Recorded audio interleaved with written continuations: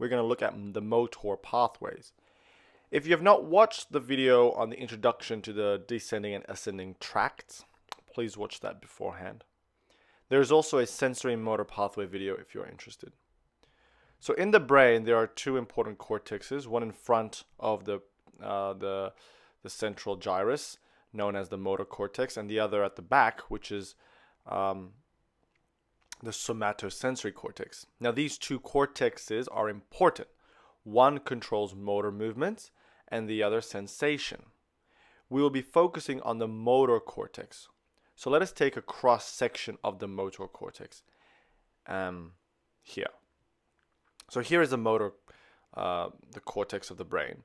It is made up of the outer gray matter where synapses are, and then there's the inner white matter which contains myelinated axons. On each side of the cortex, right and left, there are areas that represent a particular region in our body.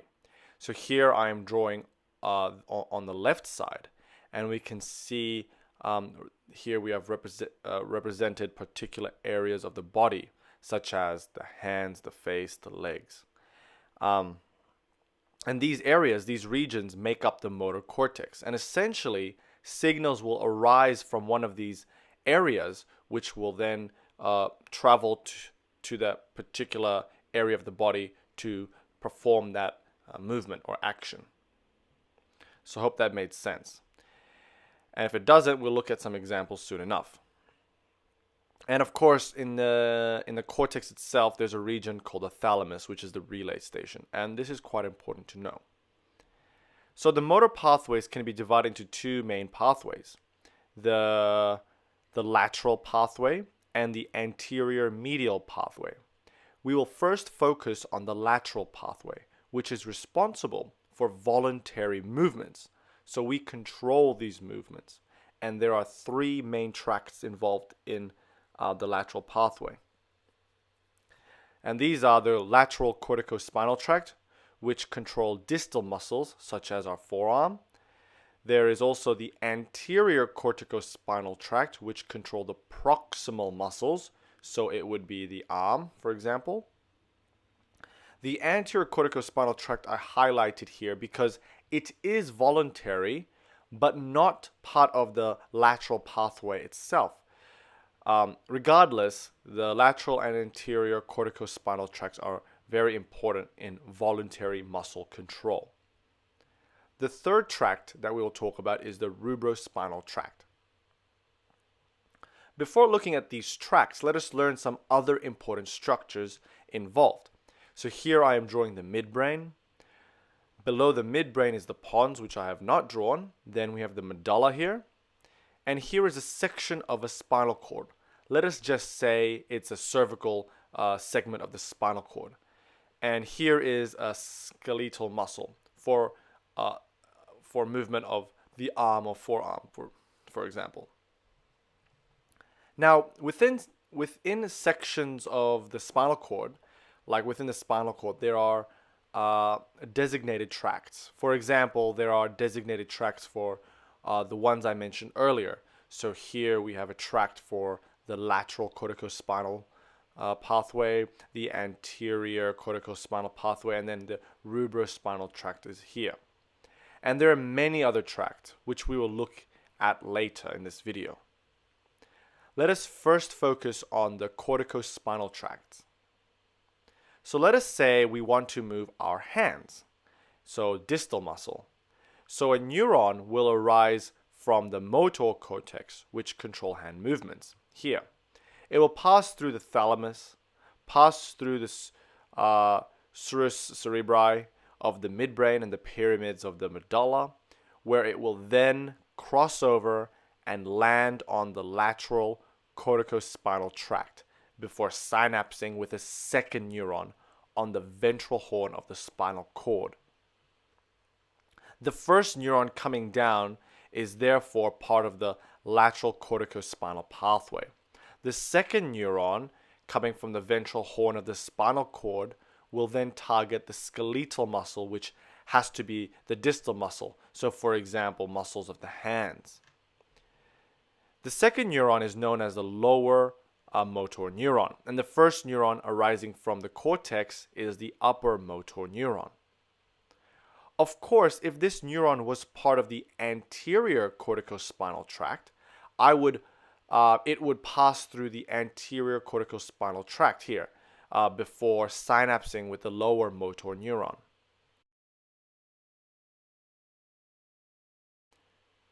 Okay, so we know about the lateral and anterior corticospinal tract. Now let us learn about the rubrospinal tract. The rubrospinal tract is for voluntary control of big muscles. It's basically, it is important.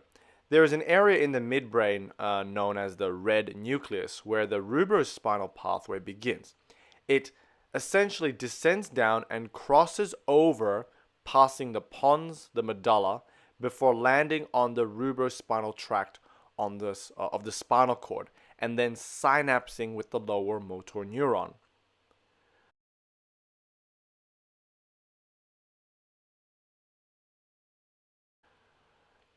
With a corticospinal lesion, there can be paralysis on the contralateral side, the opposite side. The function of the muscle can be recovered by the rubrospinal tract if the rubrospinal tract is intact. Now, it is important to understand that the left side of the brain controls movements of the right side of the body and vice versa. So if we damage the left side of the brain corticospinal pathway, there will be paralysis on the right side, on the opposite side. And this is known as the contralateral side. So I hope you understood the lateral pathways, which are made up of the lateral corticospinal tract and the rubrospinal tract, but we also added onto this section the anterior corticospinal tract because it is voluntary control. But now let's just recap the descending motor tracts that we've learned, where it's located, and some of the new ones. So here is the spinal cord section, and here I'm coloring in yellow the descending motor tract, which we have learned so far are the lateral motor pathways, which are part of our voluntary control. These are the lateral corticospinal tract, and here's the rubrospinal tract, and here in the front, the anterior, the ventral side is the anterior corticospinal tract. Some new tracts which we will now investigate are the tectospinal, vestibulospinal, and reticulospinal tracts. Let us look at these tracts and briefly look at their functions. We won't, however, go into too much detail. All these tracts are part of the anterior medial pathway. These pathways control axial muscles, such as the spine muscles and the rib muscles, and these which are responsible for posture and balance, and the coarse control of axial and proximal muscles. Note the proximal muscles.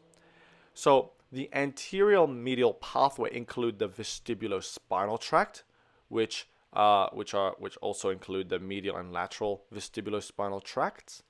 There is also the reticulospinal tracts, which include the pontine and medullary tracts. And there's also the tectospinal tract. And part of this category is the anterior corticospinal tract, which we already talked about, and which is voluntary and controls proximal muscles. And so I highlighted it. So basically, the anterior medial pathway mainly controls the axial muscles for posture and balance, except for the anterior corticospinal tract, which is voluntary control of proximal muscles. Remember. Again, here we are drawing some important structures: the brain, the cortex, the thalamus, and the motor cortex here. We have the midbrain, pons, which I have not drawn, the medulla, and there is the cerebellum here, which is important, and it actually interconnects with all these motor pathways and is responsible for coordination essentially, as well as posture and balance. Then of course we have the spinal cord, and here are some skeletal muscles which we will target. On the spinal cord level, we can find the tracts. Here is the tectospinal tract and the medullary reticulospinal tract. We will first focus on the vestibulospinal pathway, which originates from the medulla's vestibular nucleus. It descends down and synapses with a second neuron in the spinal cord, but we won't look at that. Just know that the vestibulospinal tract is responsible for head, maintaining head balance, and turning. Now, the reticulospinal tract can either originate from the medulla or the pons. So it can be medullary or pontine. Here I am drawing the reticulospinal tract, which originates from the medulla, an area known as the medullary reticular formation. It travels down this neuron that arises from here and lands on the medullary reticulospinal tract before it synapses with a second order neuron on the ventral horn and then targets an axial muscle responsible for posture and balance. If the reticulospinal tract is damaged, a harmless stimulus can elicit a flexor reflex.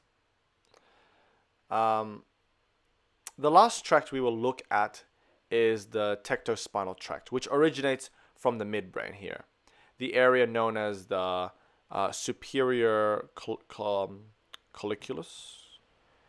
The tectospinal pathway descends down and then crosses over, descends again, and lands on the tectospinal tract before synapsing with a second neuron, which will target an axial muscle. Now, the tectospinal tract is responsible in the orientation response. So, orientating yourself in the world, essentially.